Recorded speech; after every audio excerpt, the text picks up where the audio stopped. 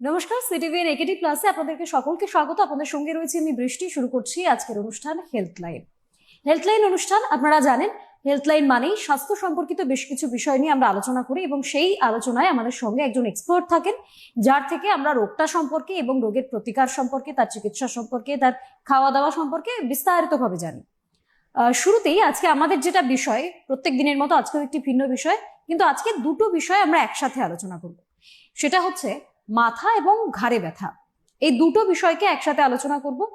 কি কি কারণে এর ব্যথা হতে পারে বা কোন কোন সেকেন্ড কারণের জন্য এর ব্যথা হতে পারে। সাধারণ একটা মাথা ব্যথা হতে পারে, সেটা কি জন্য হচ্ছে সেটা তো জানবোই। তার পাশাপাশি এই যে আমাদের দাঁতে ব্যথা হলেও মাথায় ব্যথা হয়, কানে ব্যথা হলেও সে ব্যথা মাথায় চলে যায়, এই যে বিভিন্ন রকম সেকেন্ডারি অপশন গুলো, সেগুলো নিয়েও আমরা কথা বলবো আর তার চিকিৎসা নিয়েও কথা বলবো। আমার সঙ্গে আজকে যিনি রয়েছেন এই দুটো বিষয়ে বিস্তারিত জানাবেন doctor Pranesh Mondal, MD, PMR, PDCC pain management. Sir অনেক স্বাগত। স্যার শুরুতেই যেটা বললাম যে দুটো বিষয়কে একসাথে আলোচনা করব, আমাকে একটু শুরুতেই বলুন যে দুটো বিষয়কে একসাথে আলোচনা করা এটার কারণ কি? আচ্ছা, আমি শুরু করার আগে প্রথমে একটা ছোট গল্প দিয়ে শুরু করছি। একদম। তো ছোটবেলায় আমরা 3 বন্ধু মিলে একসময় রাস্তা দিয়ে যাচ্ছি আমাদের পাড়ায়। তো হঠাৎ করে এক বন্ধু করলো কি, জানালার যে কাঁচ আছে কাঁচের ঢিল ছুড়লো, তারপর চলে গেলাম আমরা 3 জনে। কিন্তু হলো কি, সেই শব্দ শুনে বাড়ির যে মালিক তিনি উপরে ছাদ থেকে দেখলেন যে আমরা 3 জনে যাচ্ছি, রাস্তায় আর কেউ নেই। তো যথারীতি আমাদের 3 জনের বাড়িতেই কিন্তু কল গেল এবং 3 জনের বাবা মাকেই ডাকলো। তো ব্যাপার হচ্ছে একজন দোষ করলো কিন্তু 3 জনকেই কিন্তু তার দোষের সাজা পেতে হলো। তো এইরকমই যখন ঘাড় আর মাথার ক্ষেত্রে ব্যাপারটা থাকে, তখন হয় কি, নার্ভ এবং ব্লাড সাপ্লাইগুলো ঘাড় এবং মাথার ক্ষেত্রে ঠিক কমন। সুতরাং অনেক সময় নার্ভগুলো যখন একটা ইনজুরি হয় বা কোনো সমস্যা হয়, তখন ব্রেন সেটা মিস ইন্টারপ্রেট করে, মানে ব্রেন সেটা বুঝতে পারে না যে সমস্যাটা ঘাড়ে নাকি মাথায়। তো এটাকে আমরা বলে থাকি রেফার্ড পেন। তো অনেক সময় হয় কি, ঘাড়ের থেকে ব্যথা শুরু হয়ে সেটা মাথার দিকে যায় বা মাথার থেকে ব্যথা শুরু হয়ে সেটা ঘাড়ের দিকে আসতে পারে। যেমন সার্ভাইকোজেনিক হেডেক যেটা বলা হয়, সেটা ঘাড় থেকে স্টার্ট হয়, ঘাড়ের কারণে সৃষ্টি হয়। তো সেটা মাথার দিকে পুরো একদম সামনের দিকে চলে আসতে পারে। সেরকম মাইগ্রেনের ব্যথা যেমন মাথার একদিক থেকে স্টার্ট হয়ে সেটা একদম ঘাড় অবধি, নিচে অবধি নামতে পারে। তো সমস্যা যখন দুটো ক্ষেত্রেই হতে পারে, সেরকম রুগী যখন আসেন আমাদের কাছে, তখন তারা বলেন যে ঘাড় থেকে একদম মাথা অবধি হচ্ছে বা মাথা থেকে ঘাড় অবধি হচ্ছে। তো আমাদের যখন ডায়াগনোসিস করতে হয় তখন সবগুলো কারণে কিন্তু মাথায় রাখতে হয়। তো যখন আলোচনা হচ্ছে তখন দুটোকে নিয়ে একসঙ্গে আলোচনা করাই একদম এক্ষেত্রে শ্রেয় বলা চলে, কারণ দুটোর সাথে যখন দুটো লিঙ্ক রয়েছে, এমনিতেও বলা হয় আমাদের মাথার সঙ্গে পুরো শরীরটাই লিঙ্ক রয়েছে, একদম পুরো শরীরের সাথে পুরো অঙ্গ কোথাও না কোথাও লিঙ্ক রয়েছে। আর যেহেতু আমি শুরুতে যেটা বলছিলাম যে একটু মাথায় ব্যথা হচ্ছে, সেই ব্যথাটা মনে যেন ঘাড়ে নামছে, বা কখনো দাঁতে ব্যথা হচ্ছে, সেই দাঁতের ব্যথা বা কান থেকে ধরে সেটা মাথায় পৌঁছচ্ছে, মানে খুব সাধারণভাবে আমাদের যখন বাড়িতেও এরকম ধরনের পেইন হয় তখন আমরা সেটা বুঝতে পারি। তো আমাদের আলোচনার ক্ষেত্রে দুটো একসাথে করাই ভালো। আর এবার একটু রোগের ক্ষেত্রে আসি। এই যে মাথা এবং ঘাড়ের ব্যথা, এটার খুব সাধারণ কারণগুলো কি কি, মানে কোন কারণে এই ব্যথাটা হতে পারে? আচ্ছা, প্রথমে আমি ঘাড়ের সমস্যাটা দিয়ে প্রথমে শুরু করছি। তো ঘাড়ে বেসিক্যালি কি আছে, একটা শিরদাঁড়ায় আমরা কি থাকে, একটা স্পাইন থাকে, বোন থাকে। বোনে সেখানে লিগামেন্ট আছে, নার্ভ আছে, তার চারিপাশে মাংসপেশিগুলো আছে, যার জন্য আমরা ঘাড়টাকে ফ্লেক্স করতে পারছি, এক্সটেন্ড করতে পারছি বা দুই পাশে নাড়াতে পারছি। তো ঘাড়ে ব্যথা কিন্তু এই সবগুলো কারণের জন্যই হতে পারে। সেটা হতে পারে কোনো বনি কারণে, কোনো চোট আঘাত লেগে হাড়ের কোনো সমস্যা থেকে হতে পারে। তো ভার্টিব্রা যেগুলো থাকে, বোন বা ভার্টিব্রা যেগুলো থাকে, সেগুলো একটার উপর একটা একটা ডিস্কের উপর সাজানো থাকে। তো সেই ডিস্ক রিলেটেড কারণের জন্য হতে পারে, যেটাকে ডিস্ক ডিজিজ বলা হয়। সেটা যখন প্লাপসড হয় বা সরে গিয়ে নার্ভের উপর প্রেসার দেয়, তখন সেই ব্যথা ঘাড়ে যেমন হয়, সেটা অনেক সময় হাতের দিকেও নেমে আসতে পারে। এটা যেমন একটা কারণ। সেরকম অনেক সময় ফ্যাসেট জয়েন্ট আছে, সামনের দিকে যেমন ডিস্ক থাকে সেরকম পিছনের দিকে ফ্যাসেট জয়েন্ট আছে। তো ফ্যাসেট আর্থ্রোপ্যাথি মানে বয়সকালে অনেক সময় ডিজেনারেশন হয় বা আঘাতের জন্য বা অন্য অনেক কারণের জন্য অনেক সময় ফ্যাসেট জয়েন্টগুলোর ক্ষেত্রে ব্যথা সৃষ্টি হয়। সেগুলো অনেক সময় ঘাড়ের থেকে কাঁধের দিকে বা পিঠের দিকেও ছড়িয়ে যেতে পারে। এগুলো যেমন একটা কারণ। এরকম মাসেল পেনও হতে পারে, যেমন যে ট্রিগার ফ্যাক্টর, অনেক সময় ওভার ইউজের জন্য আমাদের মাসেলগুলোর উপর বেশি প্রেশার পড়ে। সেক্ষেত্রে ওভার ইউজের জন্য মাসেলের মধ্যে একটা টট ব্যান্ড তৈরি হয়, যেগুলো ট্রিগার পয়েন্টের মতো ব্যথা সৃষ্টি করে, যেগুলো ঘাড় থেকে মাথার দিকে অনেক সময় ছড়িয়ে যায় বা কাঁধের দিকেও আসতে পারে। তো এরকম অনেক কারণেই কিন্তু ঘাড়ে ব্যথা হতে পারে। সুতরাং ইনফেকশন থেকেও যেমন হতে পারে, ট্রমা থেকেও হতে পারে, সেরকম আরো অনেক কিছু কারণ আছে যেগুলোর জন্য কিন্তু ঘাড়ে ব্যথা হতে পারে। এটা যেমন ঘাড়ে ব্যথার কারণ গেল, এরকম আমরা মাথা ব্যথার কারণগুলোতেও আসছি। তো মাথা ব্যথা বা হেডেক, এটাকে ইন্টারন্যাশনাল হেডেক ক্লাসিফিকেশনের আন্ডারে সাধারণত তিনটে ভাগে ভাগ করা হয়েছে। তো একটা হচ্ছে প্রাইমারি হেডেক, একটা হচ্ছে সেকেন্ডারি হেডেক, এবং আরেকটা হচ্ছে নিউরোপ্যাথিক পেন যেটা। তো প্রাইমারি হেডেকের মধ্যে যেটা আছে সেটা হচ্ছে মোস্ট কমন, যেটা সেটা হচ্ছে টেনশন টাইপ হেডেক, সেকেন্ড হচ্ছে মাইগ্রেন, থার্ড হচ্ছে ক্লাস্টার হেডেক। প্রধানত এই তিনটে হেডেক প্রাইমারি ধরা হয়। সেকেন্ডারির মধ্যে কিন্তু সেকেন্ডারি অনেক কিছু হতে পারে, সেখানে ইনফেকশন হতে পারে, মানে মেনিনজাইটিস থেকে হতে পারে, ট্রমা থেকে হতে পারে, একটা হুইপ্ল্যাশ ইনজুরি হয়েছে সেখান থেকে হতে পারে, সেরকম আরো অনেক কিছু, যেমন আমাদের অন্য যে অর্গানগুলো আছে, যেমন চোখ থেকে, দাঁত থেকে, কান থেকে, বা সাইনাসের সমস্যা, বা ইভেন ঘাট থেকেও সার্ভাইকোজেনিক হেডেক যেটা, এগুলো অনেক কিছু কারণে হতে পারে। এগুলো সবই হচ্ছে সেকেন্ডারি কজ। এরকম থার্ড যে টাইপটা আছে সেটা যেমন ট্রাইজেমিনাল নিউরালজিয়া বা অক্সিপিটাল নিউরালজিয়া, এগুলোর ক্ষেত্রে হয় কি ব্যথাটা অনেক সময় দেখবেন ঝিনঝিন, জ্বালা জ্বালা, এরকম টিংলিং, নামনেস, এরকম টাইপের হচ্ছে। তো প্রধানত এই তিনটে ভাগই আমরা মাথা এবং ভাগ করে থাকি ব্যথাগুলোকে। আচ্ছা, এবার আমার একটা প্রশ্ন, আমি আমার বন্ধু বান্ধবদের ক্ষেত্রে দেখেছি তারা খুব বলতেন যে মাইগ্রেনের ব্যথা হচ্ছে। এবার এই মাইগ্রেনের বিষয়টা কি, এটা আমাকে বোঝান। আচ্ছা, মাইগ্রেন মূলত দেখুন, প্রাইমারি যে ইয়েগুলো বললাম তার মধ্যে কিন্তু মাইগ্রেন হচ্ছে একটা অন্যতম প্রধান কারণ। তো বেসিক্যালি মাইগ্রেনে কিন্তু আপনি যদি ডায়াগনোসিসে যান, ডায়াগনোসিস করতে গেলে কিন্তু কোনো কিছু মানে ইমেজিংয়ে, এমআরআই বা সিটি স্ক্যান বা এক্সরে, কোনো কিছুতে কিন্তু আপনি কোনো চেঞ্জ পাবেন না, পুরো নর্মাল আসবে। এর সিমটম হচ্ছে সাধারণত এটা একদিকে হয়ে থাকে, বা কারো কারো ক্ষেত্রে দেখা যায় দুই দিকেও হচ্ছে, মাথার দুই দিকেও হতে পারে। এবং ব্যথাটা অনেক সময় দেখবেন পালসেটাইল বা থ্রবিং হচ্ছে, ঠিক আছে, মানে দপদপ করছে, এরকম একটা ব্যথা থাকে। ব্যথাটা থাকে হচ্ছে 4 ঘন্টা থেকে 72 ঘন্টা অবধি অনেক সময় থেকে যেতে পারে। এবং কিছু কিছু ফ্যাক্টর থাকে, কিছু এনভায়রনমেন্টাল ফ্যাক্টর থাকে, কিছু মানে কারো স্বাদ, মানে গন্ধ, কারো শব্দ, বা কারো কোনো কিছু সাউন্ডেও হতে পারে, সাউন্ড হতে পারে, গন্ধ হতে পারে, বা খাবারের থেকেও হতে পারে। এরকম যদি তীব্র লাইট থাকে বা গরম, অত্যধিক সূর্যের তাপ, এগুলো একটা কারণ। এরকম অনেক কারণেই হতে পারে। এবার কি এক্স্যাক্টলি কি কারণে মাইগ্রেন হয় সেটা কিন্তু অনেকে অনেক রকম বলেছেন। কেউ বলেছেন যে কেমিক্যাল ফ্যাক্টর, কিছু কিছু হরমোনাল ফ্যাক্টর, বা অনেক সময় যে ব্লাড ভেসেলগুলো থাকে, ব্লাড ভেসেলগুলো অনেক সময় ডাইলেট হয়ে যায়, তো সেগুলোর জন্য হতে পারে। আর এই যে মাইগ্রেন আর আমার সাধারণ মাথা ব্যথা, এই দুটোর মধ্যে পার্থক্য কোথায়? এইবার ব্যাপার হচ্ছে, মাইগ্রেন হলে যেমন দেখুন একটা ব্যথা হচ্ছে, আপনি বুঝতে পারবেন যে মাইগ্রেন হওয়ার আগে একটা অরা বলে থাকি আমরা, যে একটা ফ্ল্যাশ, মানে লাইটটা একটু ফ্ল্যাশ হচ্ছে, বা একটু মানে দেখতে অসুবিধা হচ্ছে, তারপরে দেখবেন যে মাথা ব্যথাটা শুরু হচ্ছে, এবং তার সঙ্গে একটা বমি বমি ভাব থাকবে, একটা থ্রবিং বা পালসেটাইল পেইন হবে। এই জিনিসটা সাধারণত হয়ে থাকে, এবং সাধারণত অনেকের হয় কি ওষুধ না খেলে কমতেই চায় না। কিন্তু সাধারণ বলতে সেটা দেখুন মোস্ট কমন যেটা হয়তো টেনশন টাইপ হেডেক হতে পারে, সেটা দেখবেন যে একটা খুব, মানে এটা যেমন মডারেট টু সিভিয়ার হতে পারে, টেনশন হেডেকটা কিন্তু মাইল্ড টু মডারেট হয়, মানে অল্প ব্যথা থাকে, এবং একটা ডাল একিং হয়, এবং চারিদিক ছড়িয়ে থাকে, কোনো একটা সাইডে হচ্ছে এরকম হয় না, বমি বমি ভাব এই সমস্যাটা থাকে না। বা অনেক মানে সময় তখন শুধুই মাথা ব্যথা হয়, শুধু মাথা ব্যথা হয়, মানে একটা ডাল একিং, একটু অস্বস্তি ধীরে ধীরে থাকবে, ব্যথা, হ্যাঁ। এরকম থাকে।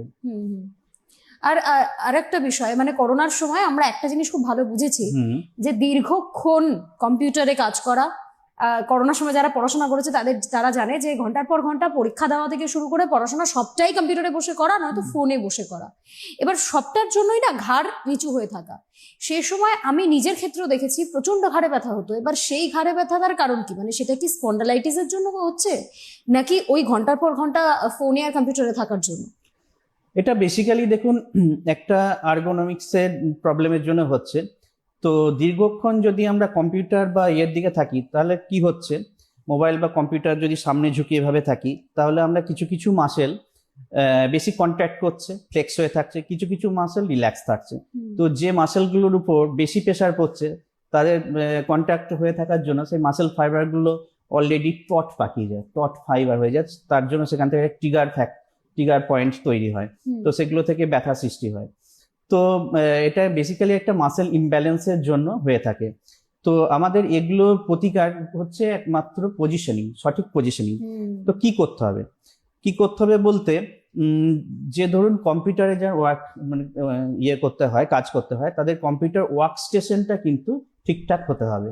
সেটা কম্পিউটার হোক বা ডেস্কটপ হোক, আমাদের স্ক্রিনের আপার লেভেল মানে ডিসপ্লের আপার লেভেল এবং চোখের লেভেল সেম প্লেনে থাকতে হবে, এবং ডিস্টেন্স 1 হাত মানে 1.5 ফুট থাকতে হবে, ঠিক আছে। এবং আমাদের হাতের এবং কাঁধের পজিশন কিন্তু ঠিক থাকতে হবে। কিরকম ঠিক, মানে আমাদের যে আর্মটা কিন্তু প্যারালেল থাকতে হবে, ঠিক আছে, মানে সোজা এইভাবে, মানে বডির সঙ্গে প্যারালেল, এটা প্যারালাল কিন্তু এভাবে না, আচ্ছা ঠিক আচ্ছা আছে। আচ্ছা এবং এলবোটা কিন্তু 90 ডিগ্রি থেকে 120 ডিগ্রি অ্যাঙ্গেল থাকবে, ঠিক আছে। আচ্ছা এলবো সাপোর্ট থাকবে, রিস্ট সাপোর্ট থাকবে, হুম ঠিক আছে। এবং তারপরে কম্পিউটার ওয়ার্ক আপনি যেমন করলেন সেরকম কোমর এবং হাঁটুর ক্ষেত্রেও কিন্তু সেম। আচ্ছা এবং ব্যাক সাপোর্টটা কিন্তু ভাইটাল, হুম, ঠিক আছে। ব্যাকের সিটের যে চেয়ারের যে নর্মাল চেয়ার হয় দেখবেন অনেক সময় স্ট্রেট থাকছে, কিন্তু হুম, আমাদের সিট দ্বারা কিন্তু স্ট্রেট না, সিট দ্বারা কিন্তু কার্ভ থাকে, খানিকটা কার্ভ, ঠিক আছে। তো আমাদের যেখানে লাম্বার মানে কোমরের কাছে কিন্তু সেটা সামনের দিকে দেখবেন কিছুটা উত্তল হুম এবং পিঠের দিকটা কিছুটা অবতল। তো আমাদের চেয়ারের কার্ভেচার গুলো কিন্তু সেরকম হতে হবে। এখন নতুন যে কম্পিউটার যে আর্গোনমিক যে চেয়ারগুলো ব্যবহার হয় সেগুলো দেখবেন এই কার্ভেচারটা মেনটেন করা হয়। আচ্ছা তো এগুলো যদি করা হয়, আর মোবাইলের ক্ষেত্রে আমি সবসময় বলবো দীর্ঘক্ষণ কথা বলতে গেলে অবশ্যই হেডফোন ইউজ করুন, এবং সিনেমা বা কিছু দেখতে গেলে অবশ্যই ডেস্কটপ বা ল্যাপটপে দেখা উচিত, মোবাইলে না দেখা উচিত। এবং একান্তই যদি মোবাইলে দেখতে হয় তাহলে কিন্তু সেটা চোখের লেভেলে নিয়ে গিয়ে দেখা উচিত। এগুলো মেনটেন এটাই করলে বোধহয় সমস্যা, মানে আমরা যারা 10 ঘন্টা কাজ করি হুম, তারপর বাড়ি ফেরার সময় সিনেমা দেখার সময় ওই ট্রেনে আই লেভেল ম্যাচ করাটা খুব টাফ। একদমই কিন্তু তবুও নিজের স্বাস্থ্যের কথা মাথায় রেখে, এটা যেহেতু আমাদের একটি স্বাস্থ্য সম্পর্কিত অনুষ্ঠান, সেখানে এটা তো বলতেই হবে যে নিজের স্বাস্থ্যের খেয়াল রাখতে গেলে এইটুকু তো করতেই হবে। যখন আপনি বাড়িতে আছেন তখন অন্তত সেইটুকু ম্যানেজ একদমই। করা। একজন এক্সপার্ট বলছেন আর সেটা কখনোই গুরুত্বহীন নয়, বিষয়টা আপনার স্বাস্থ্যের জন্যই বলা হচ্ছে। আরো একটা বিষয়, যে স্পন্ডালাইটিস, তাহলে সেটা কিসের থেকে হয়? আচ্ছা, একটা জিনিস আমি বলে দিই, এই স্পন্ডালাইটিস মানে কিন্তু দেখুন এখানে আইটিস আছে, মানে এটা ইনফ্লামেটরি। তো আচ্ছা অনেকেই দেখবেন স্পন্ডাইলাইটিস বলেন, কিন্তু স্পন্ডালাইটিস মানে ওনারা হয়তো বলতে চাইছেন স্পন্ডাইলোসিস, যেটা অ্যাকচুয়ালি ডিজেনারেশন, বয়সকালে যেটা হয়ে থাকে ডিজেনারেশনের জন্য, বয়সজনিতের জন্য। কিন্তু আইটিসটা কিন্তু ইনফ্লামেশন, যেটা অ্যাকচুয়ালি স্পন্ডাইলো আর্থ্রোপ্যাথি বা অ্যাঙ্কাইলোজিং স্পন্ডালাইটিসের ক্ষেত্রে দেখা যায়। আচ্ছা তো যাই হোক, স্পন্ডাইলোসিস যেটা বলছেন সেটা ডিজেনারেশনের জন্য হয়ে থাকে। তো সেখানে কি হয়, সেখানে হয় কি আমাদের ডিস্ক স্পেস যেগুলো সেগুলো অনেক সময় ডিমিনিশড হয়ে যায়, আমাদের অস্টিওফাইট ডেভেলপ করে, যে ভার্টিব্রার যে এন্ডগুলো থাকে। এছাড়া লিগামেন্ট গুলো থিকেনিং হয়ে যায়, যে নিউরাল ফোরামিনাল থাকে সেগুলো অনেক সময় ন্যারোইং হয়ে যায়। তো এগুলোর জন্য হয় কি, কিছুটা তো মাসেল মাংসপেশি বা লিগামেন্ট এগুলোর জন্য কিছুটা তো ব্যথা হয়ই, তার সঙ্গে যে নার্ভ থাকে নার্ভগুলোর উপরও কম্প্রেসড হয়, মানে নার্ভগুলোর চেপে যায়, তার জন্য একটা ব্যথা সৃষ্টি হয় সেখানে। আচ্ছা কিন্তু সেটা কিন্তু অল্প বয়সে সাধারণত দেখা যায় না, এবং 40-এর নিচে সাধারণত হয় না, যদি না অন্য কোনো ফ্যাক্টর থাকে। সাধারণত এগুলো 50-এর উপর গিয়ে ইউজুয়ালি খুব কমন এবং দেখা যায়। সুতরাং 40-এর নিচে বা 50-এর নিচে যাদের ঘাড়ে ব্যথা হচ্ছে তাদের প্রথমেই স্পন্ডাইলোসিস ভেবে কিন্তু হেলাফেলা করা উচিত নয় একদমই। একদমই তাই, মানে যাই হচ্ছে শরীরে তার জন্য একজন ডাক্তারের পরামর্শ নেওয়াটা অবশ্যই অত্যন্ত প্রয়োজনীয় একটা বিষয়। আরো একটা বিষয় ডাক্তারবাবু, এই যে আমাদের ঘাড়ের অনেক সময় মাসেল পেন হয়, মানে আমাদের সেটা মনে হয় যে মাসেল পেন হচ্ছে। এবার মাসেল পেনটা আমি কিভাবে বুঝবো যে ওটা মাসেল পেন হচ্ছে বা ওটা শিরায় টান লাগার জন্য পেনটা হচ্ছে? মানে এই দুটোর মধ্যে পার্থক্য কোথায়, আর কি ধরনের ব্যথা হয় এগুলোতে? দেখুন, সবসময় এমনি সাধারণ মানুষদের পক্ষে এগুলো পার্থক্য করা মানে বোঝা সম্ভব নয়। অনেক সময় ডাক্তারবাবুরা ভুল করেন ডায়াগনোসিসে, আমরাও অনেক সময় বুঝে উঠতে পারি না, কারণ জিনিসগুলো এতটাই জটিল।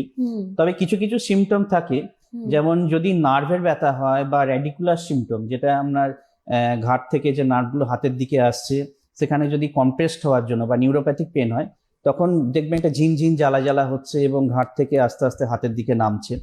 তো সেটা যেমন নার্ভ কম্প্রেস হওয়ার জন্য হতে পারে, এরকম মাসেলে যদি ব্যথা হয় বা ট্রিগার পয়েন্ট থাকে সেখানে কিন্তু ব্যথাগুলো এত নিচে নামে না, সেগুলো দেখবেন হয়তো এই কাঁধ এখানেই থেমে গেছে। তো আর সেখানে চাপ দিলে দেখবেন একটা প্রেসার দিলে একটা টেন্ডার পয়েন্ট পাওয়া যায়, মানে সেখানে একটা ব্যথাটা জেনারেট করে, মানে যে জায়গাটায় ব্যথা হচ্ছে সেটা বোঝা যায়। ট্রিগার পয়েন্ট যেগুলো সেগুলো অনেক সময় ব্যথা থাকে, বা অনেক সময় আমরা প্যালপেট করে বুঝতে পারি সেখানে অনেকটা শক্ত একটা ব্যান্ড ও। পাওয়া যায় অনেক সময়। আচ্ছা। আর নার্ভের ব্যথাটা মানে এর প্যাটার্নটা একটু আলাদা, এটা যেমন ঝিনঝিন জ্বালা জ্বালা এরকম হবে, কিন্তু মাসেল পেনটা অনেক সময় ডাল একিং হতে পারে, আবার অনেক সময় শার্প পেনও হতে পারে, কারো কারো ক্ষেত্রে এটা হয়ে থাকে। ঘুমের শোয়ার ক্ষেত্রে অনেকে দেখে যে ঘুম থেকে উঠেই ব্যথা হচ্ছে, সেটা কি কারণে ব্যথা হয়? মানে ওটা কি শোয়ার পশ্চারের জন্য ব্যথা হচ্ছে? এবং কারণ অনেক কিছুই হতে পারে, হুম। কিন্তু বেশিরভাগ যেটা দেখা যায় সেটা হয়তো অনেক সময় মানে অকওয়ার্ড পশ্চারের জন্য, অকওয়ার্ড হুম। পজিশনের জন্য হয়ে থাকে। বিশেষ করে কখন হয়, যখন দেখুন আমরা উঁচু বালিশ ব্যবহার করি থাকি, বা অনেক সময় শুয়ে শুয়ে শক্ত মোবাইল বালিশ, দেখছি হ্যাঁ। বা টিভি দেখছি শুয়ে হুম। শুয়ে, তাতে কি হয় ঘাড়ের পজিশন ঠিক না থাকার জন্য কিছু কিছু মাসেলের উপর বেশি প্রেশার পড়ে, হুম। কিছু কিছু মাসেলের উপর প্রেশারটা খুব বেশি পড়ে না। তার জন্য যেগুলোর উপর বেশি প্রেশার পড়ছে সেই মাসেলগুলো থেকে কিন্তু ব্যথা সৃষ্টি হয়ে থাকে, এবং মাসেলটা স্টিফ হয়ে যায়, এবং সেটা কমতে কিন্তু কিছুদিন 2-3 দিন টাইম লেগে যায়। আচ্ছা, আর এবার আমি একটু চিকিৎসা পদ্ধতির দিকে আসি, হুম। কারণ আমরা বেশ কিছুটা এলাবোরেটলি আলোচনা করলাম যে ঘাড় এবং মাথায় ব্যথা কি কি কারণ হতে পারে, সাধারণ থেকে সেকেন্ডারি সবটা নিয়ে আমরা কথা বললাম। এবার যদি আমি একটু চিকিৎসা পদ্ধতির দিকে আসি, আপনারা এতগুলো কজ রয়েছে, মানে আমি শুনে যা বুঝলাম প্রচুর কারণ রয়েছে, এগুলোকে ডিফারেন্সিয়েট করেন কি করে? মানে কোন কোন টেস্টের মাধ্যমে এগুলো আলাদাভাবে আপনারা বুঝতে পারেন যে না ঘাড়ে এই সমস্যাটার জন্যই আপনার পেনটা হচ্ছে, বা মাথায় ওই সমস্যাটার জন্য এই পেনটা হচ্ছে? এই ডিফারেন্সিয়েশনটা হয় কি করে? দেখুন, যখন কোনো পেশেন্ট আসে তখন তো তার পুরো হিস্ট্রি নিতে হয়, ব্যথাটা হুম। কখন শুরু হচ্ছে, কিভাবে হলো, কোনো চোট আঘাত লেগেছে নাকি, বা কোনো খারাপ সাইন কিছু আছে নাকি, আচ্ছা। জ্বর আসছে নাকি, ঠিক আছে, এগুলো যেমন দেখতে হয়, সেরকম ব্যথাটা কোথা থেকে কোথায় হচ্ছে, কতদিন হচ্ছে, হুম। কি কি কখন বাড়ছে কখন কমছে, এগুলো যেমন দেখতে হয়, সেরকম কিছু কিছু এক্সামিনেশন করতে হয়। কোনো মাসেল থেকে হচ্ছে নাকি, নার্ভ থেকে হচ্ছে নাকি, বা কোনো বনি কোনো চেঞ্জ আছে, তো এগুলো যেমন ক্লিনিক্যাল এক্সামিনেশনটা একটা ভাইটাল পার্ট। সেরকম আমাদের ইনভেস্টিগেশনের মধ্যে প্রথমে প্রিলিমিনারি আমরা যেটা করি, একটা এক্সরে করতে দিই। আচ্ছা। এক্সরে করে দেখি কোনো বনি কোনো চেঞ্জ আছে নাকি, বা কার্ভেচারটা ঠিকঠাক মেনটেন হচ্ছে নাকি। এক্সরে থেকে এর বেশি খুব বেশি আমরা পেতে পারি না। সেক্ষেত্রে যদি আমাদের মনে হয় যে নার্ভ কম্প্রেসড হয়ে গেছে, নার্ভ হুম। সেখানে সমস্যা হচ্ছে, অথবা ডিস্ক প্লাপস হয়ে আছে, সেক্ষেত্রে কিন্তু আমাদের এমআরআই করতে হয়। এমআরআই করলে আমরা ডিস্ক বা মাসেল বা লিগামেন্ট বা নার্ভের যে সমস্যা সেগুলো কিন্তু আমরা কনফার্ম হতে পারি বা ক্লিয়ার ভাবে বুঝতে পারি। আচ্ছা, এবার আমি ডাইরেক্ট একটু চিকিৎসা পদ্ধতির দিকে আসবো। মানে আপনি যদি একটু খুব সাধারণভাবে ছোট করেই, কিন্তু প্রত্যেকটা কারণের জন্য ঠিক কি কি চিকিৎসা পদ্ধতিতে আপনি ট্রিটমেন্ট করেন, বা যারা আসছে তাদের সেই ট্রিটমেন্টগুলোতে তাদের সুবিধা হচ্ছে, সেই ট্রিটমেন্ট প্রসেসটা আমি জানতে চাইছি। আচ্ছা, ঘাড়ের ব্যথা দিয়ে আমি প্রথম শুরু করছি। হুম। তো ঘাড়ে বেসিক্যালি যদি ধরুন মাসেল পেন হচ্ছে, বা ট্রিগার পয়েন্ট আছে, বা মাইফেশিয়াল ব্যান্ড আছে, সেক্ষেত্রে কিন্তু আমরা মাসেল রিল্যাক্সেন্ট বা ব্যথা কমানোর ওষুধ আমরা প্রাথমিকভাবে দিই। তারপরে আমরা তাতে যদি না কমে, সেক্ষেত্রে কিছু এক্সারসাইজ এবং অবশ্যই কিছু মোডালিটিস ব্যবহার করি। মোডালিটিসের মধ্যে যেমন হচ্ছে ফিজিওথেরাপির মধ্যে আল্ট্রাসনিক থেরাপি বা আইএফটি, এগুলো আমরা দিতে পারি। তার সঙ্গে যদি নার্ভ ইনভলভ হয়, সেক্ষেত্রে আমরা টেন্সও দিতে পারি। এগুলো যেমন দেওয়া হয়, তাতে যদি রিলিভ না হয়, সেক্ষেত্রে কিছু ইন্টারভেনশন করা হয় বা ইনজেকশন দেওয়া হয়, যেখানে ট্রিগার পয়েন্ট আছে ট্রিগার পয়েন্টগুলোকে ব্লক করা হয়। এটা যেমন একটা দিক গেল। এরকম যদি কোনো নার্ভের সমস্যা মানে রেডিকুলার পেইন থাকে, সেক্ষেত্রে আমরা কনজারভেটিভ ম্যানেজমেন্ট মানে মেডিসিন, এক্সারসাইজ বা ফিজিওথেরাপি করার পরও যদি না কমে, সেক্ষেত্রে আমরা বিভিন্ন এপিডুরাল ব্লক দিয়ে থাকি। আর ফ্যাসেট জয়েন্টের ক্ষেত্রে আমরা সাধারণত কনজারভেটিভে না কমলে ফ্যাসেট জয়েন্ট ব্লক অথবা মিডিয়াল ব্রাঞ্চ ব্লক করে থাকি, যেগুলো বিভিন্ন ইউএসজি গাইডেড বা সিয়াম গাইডেড ইন্টারভেনশন, অ্যানেস্থেটিক এজেন্ট এবং তার সঙ্গে স্টেরয়েড ইউজ করা হয়। তাতে যদি খুব ভালো রেজাল্ট পাওয়া যায়, বা যদি বেশি দিন না করে, সেক্ষেত্রে আমরা তখন রেডিও ফ্রিকোয়েন্সি অ্যাবলেশন করে থাকি। আচ্ছা, আর এই যে মাইগ্রেন, স্পন্ডালাইটিস, এইগুলোর যে ব্যথাগুলো হয়, বা সাইনাসের কারণে যে ব্যথাগুলো হয়, সেগুলো ট্রিটমেন্ট কি মানে প্রথমে মেন যে কজটা সেটা ট্রিটমেন্ট হয়? একদমই। তো মাইগ্রেন কি জন্য হচ্ছে, কি ফ্যাক্টর, সেগুলোকে কিন্তু আমাদের আগে রুল আউট করতে হয়, মানে সেগুলোকে আগে দেখে সেগুলোকে আমাদের ঠিক করতে বলা হয়। যদি দেখা যায় যে তার রোদে গরমের বেরোলে সমস্যা হচ্ছে, সেক্ষেত্রে আমরা বলবো যে কালো চশমা ব্যবহার করুন বা কালো ছাতা, বা রোদ গরম যতটা পারা যায় এড়িয়ে চলতে বলবো। যদি তারও কোনো সাউন্ডের সমস্যা হচ্ছে বা লাইটের সমস্যা হচ্ছে, সেক্ষেত্রে বলা হবে ডার্ক রুম ব্যবহার করুন, বা সাউন্ড প্রুফ যেখানে শব্দ কম হয় এরকম কোনো রুমে থাকুন। তার সঙ্গে যদি অন্য কোনো কারণ থাকে, যেমন হরমোনাল কজ যেগুলো, অনেক সময় হয় কি ওরাল কন্ট্রাসেপটিভ পিল ইউজ করলে আমাদের অনেক সময় সেটা একটা মাইগ্রেনের একটা কারণ, তো তাদের অন্য মেথড ইউজ করতে বলা হবে। সেরকমই যদি ধরুন কারো অন্য কোনো কারণে হচ্ছে, সেখানে যে যে ফ্যাক্টরগুলো আছে সেগুলো আমরা যতটা পারবো সেগুলোকে আগে রিলিভ করব। কারো কারো খাবারে হতে পারে, সেক্ষেত্রে খাবারের মধ্যে কি কি, যেমন ডেয়ারি প্রোডাক্ট, এগুলো যেমন চকলেট, পাকা কলা, তো এরকম কিছু কিছু জিনিস আছে যেগুলোকে আমরা অ্যাভয়েড করতে বলি। মানে এই কারণের জন্য মাইগ্রেন হতে পারে, এগুলোর জন্য মাইগ্রেন হতে পারে, তো আচ্ছা। সেগুলোকে অ্যাভয়েড করতে বলা হয়। হুম। তো এগুলো হলো প্রিভেন্টিভ। বা এবার আমরা যদি কারো মাইগ্রেনে ভোগেন, সেক্ষেত্রে তার ব্যথা কমানোর জন্য আমরা যেটা করি, ইনিশিয়ালি প্যারাসিটামল বা ডোমপ্রিডন জাতীয় ওষুধ দেওয়া হয়। তাতে রিলিভ না হলে তো আমরা ভ্যাসোকনস্ট্রিক্টর কোনো মেডিসিন দিই, বা এনসেড জাতীয় ওষুধ দেওয়া হয়। এগুলো হচ্ছে র্যাপিড রিলিফের জন্য। কিন্তু প্রোফাইল্যাক্টিভ, যাতে মাইগ্রেনটা বারবার না হয় তার জন্য কিছু প্রোফাইল্যাক্টিভ মেডিসিন থাকে, সেগুলো আমরা অনেকদিন ব্যবহার করতে হয়। তো এরকম অনেক কিছু যেমন মেডিসিনাল আছে, তার সঙ্গে এতেও যদি রিলিভ না হয় সেক্ষেত্রে আমরা কিছু ইনজেকশন বা ইন্টারভেনশন করে থাকি, আচ্ছা। যেমন বটুলিনাম টক্সিন ইনজেকশনও এর ক্ষেত্রে অনেক ভালো Helpful। রোল দেখা গেছে। আচ্ছা, এটা ছাড়াও মানে ওরাল মেডিকেশন ছাড়া আর কি কি পদ্ধতি রয়েছে এই দুটো চিকিৎসার? হ্যাঁ, মাইগ্রেনের জন্য যেমন ওরাল মেডিকেশন ছাড়া আমরা যেটা করে থাকি, বটুলিনাম টক্সিন বা বোটক্স ইনজেকশন দেওয়া হয়। সেখানে যে কতগুলো পয়েন্ট আছে আমাদের মাথার, যে স্ক্যাল্পের যে মাসেলগুলো আছে সেখানে করে থাকি।